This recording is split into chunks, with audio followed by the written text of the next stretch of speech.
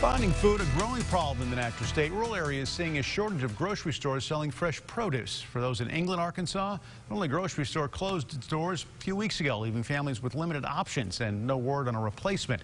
KHNA staff has more on what it takes to live in Arkansas's newest food desert. For the perfect start to your day, all it takes is a few ingredients: eggs, butter, bacon, bought fresh at your local grocery store.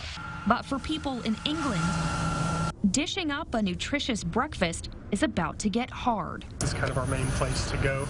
Garrett Lenzen has lived in the town for 4 years. I really love the people here. It's a really welcoming community. Everybody kind of knows everybody. And stops at his local Kroger to stock up for dinner, just 5 minutes away. This is the only grocery store in town, especially that has fresh produce. But when we caught up with Lenzen, his neighborhood grocery store was just 3 days from closing, with no announced replacement and no other grocer for miles.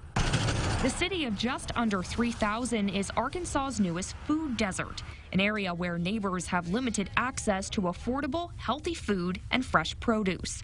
According to the Arkansas Center for Health Improvement, every county in the natural state has food deserts, but some are worse than others. When it comes to healthier staples that people need, there's not really any other option. In terms of a plan B, options are slim. Folks can choose between fast food, gas stations, or convenience stores. Not ideal for a home-cooked meal. We got $10 here. We're going to go into this convenience store and see what I can get for a healthy meal for under $10. Let's go. We ended up with pre-cooked bacon, orange juice, and a breakfast scramble with just over $1 to spare. But the single-serve egg dish still needed an egg, something missing from shelves. For Garrett to prepare his breakfast, he now has to travel more than 30 miles, a round trip of over an hour. I'm going to get on the interstate and then just head up to the Sherwood, North Little Rock area and get to the Kroger. Lenzen is lucky to make the drive. Not everyone in England has a car, and some older folks can't take the journey. We just can't make that drive. Garrett will need to make this trek every few weeks, stocking up on goods and making do with what he finds. In the meantime, he's stuck hoping his food desert becomes an oasis until healthy meals and fresher options are served in England once more.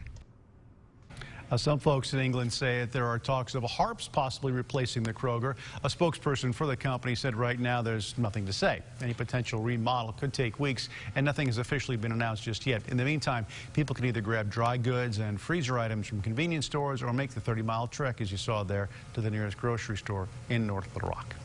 Food deserts are not just a concern for people in central Arkansas, but for those across the state. According to the USDA, about 10% of 65,000 census tracts are considered food deserts, an issue that impacts 13.5 million people.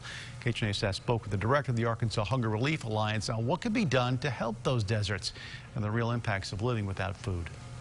We know that people who live in food deserts tend to have higher rates of obesity, higher rates of diabetes, higher rates of hypertension. You can watch the full interview on our website, KARK.com, and use the USDA's interactive map to see yourself if you are living in or near a food desert right now.